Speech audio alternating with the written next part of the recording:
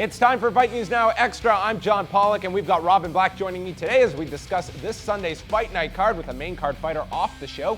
The lightweight champion makes a bold statement, and the UFC has a fight ready for fans in Montreal.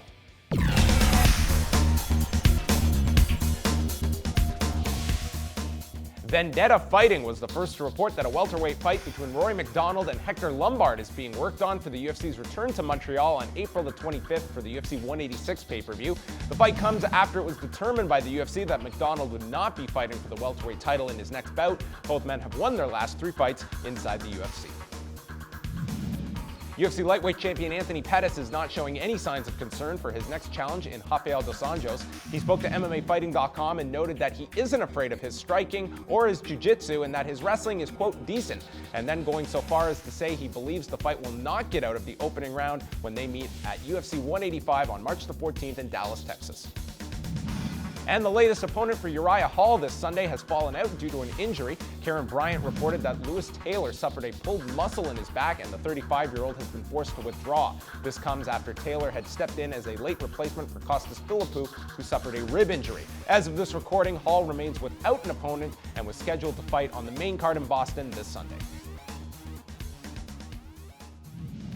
Here with Robin Black, lots to discuss. Hector Lombard, Rory MacDonald, that was the fight we were kind of anticipating. It looks like it is just about set for April the 25th in Montreal. Interesting trivia note, this will be the first time Rory MacDonald has ever fought in Montreal. That's crazy. Yeah, that is an interesting trivia note. I'm hugely surprised by that. I'm also really interested to see how the audience is going to react to him. I mean, there's been a couple of cancellations in Montreal, and people weren't sure how it would go ever since George has stepped away. Can Rory step in there? He's not a French Canadian, although he's lived in Montreal for a long time. He's a killer fighter.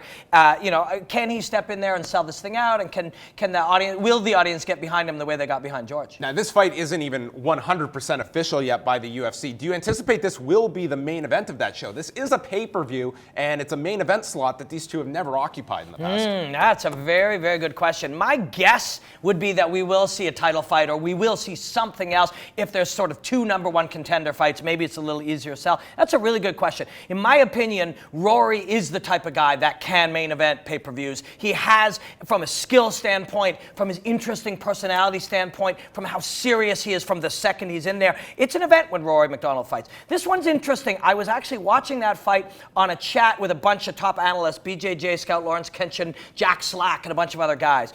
And we were watching Hector's last fight, and everybody agreed. If that Hector... You guys recording these conversations? It was on a lot of people want to hear that. It was on a chat on Slack.com, hashtag Jack on Slack.com. It was really fun, too, to chat with these people, but everybody agreed that if that Hector shows up to face Rory, Rory's going to beat him. Yeah, and I bring that up because I think this becomes a very different fight, 3 rounds versus 5 rounds. I think with Hector Lombard, you're asking a lot of this guy, putting him in 5 rounds, where I think 3 rounds, it's a much closer fight than 5.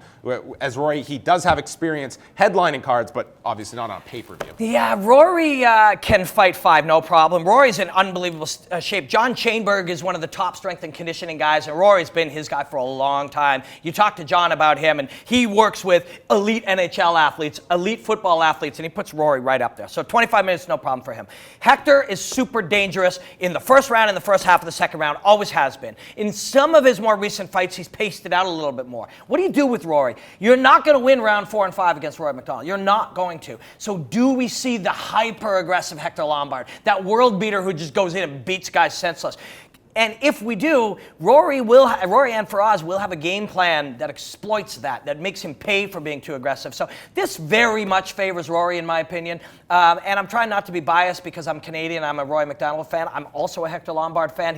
He's high impact, but I just don't see a lot of ways that he wins this fight. Yeah, he did show a lot of patience against Josh Berkman, and that makes me think that he's aware that these next fights coming up, a lot of them could be 5-round bouts potentially.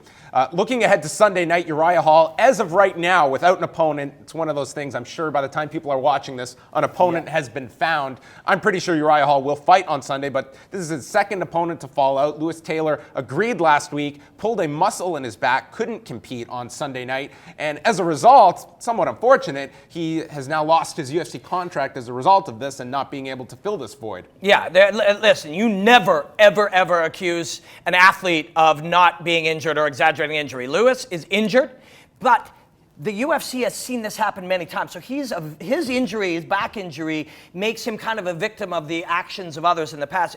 If you look back, there's been a lot of fights where guys, brand new guy, and Lewis has been around for a long time at Strikeforce and at other high levels, but brand new guys will get a call up. If you're willing to fight Ellenberger on 7 days' notice or 15 days' notice, we'll sign you to the UFC. Damn it, yeah, of course. You sign it, and then you get injured. And when you get injured, you have a UFC contract, and your next fight will not be against Ellenberger or some killer. It's against some other new guy. So we've seen this happen before. You can't ever accuse an athlete of exaggerating an injury, but it's happened so often that the UFC has to pull those contracts now. That's the vibe I'm getting. Lewis is a high-level fighter. We'll see him in the UFC at some point. We have also seen the reverse as well, that sometimes, and in a lot of cases, when a guy does a favor for the UFC on short notice, win or lose, they're going to give them that second fight, get a whole training camp in, because they are helping them out at the last minute. And I'm sure whoever steps up to fight Uriah Hall is kind of going to be given that treatment, that even if he loses on Sunday, he's going to get the opportunity for a full camp before a UFC fight. But bang on, because look, one of the fights I'm most excited about on Sunday is Soriano versus Rosa. Check those guys out. They're both high-level guys. Charles Rosa took a fight against Dennis Seaver, who's in the main event, on like a week's notice, and he performed extraordinarily well. So he's facing off another guy in Soriano who did that with Kawajiri. So it gets you in there, it gets you noticed quick, and both guys lost those fights, but both guys looked very good in doing it. Now they'll face each other. So sometimes you just got to bite the bullet and take a tough one. We'll be chatting about the UFC Fight Night card all week long, and then an exclusive pre-show at 6 p.m. Eastern on Sunday, followed by the prelims here at Fight Network at 7 p.m. Eastern. For Robin Black, I'm John Pollock. Fight News Now Extra is continuing as we speak.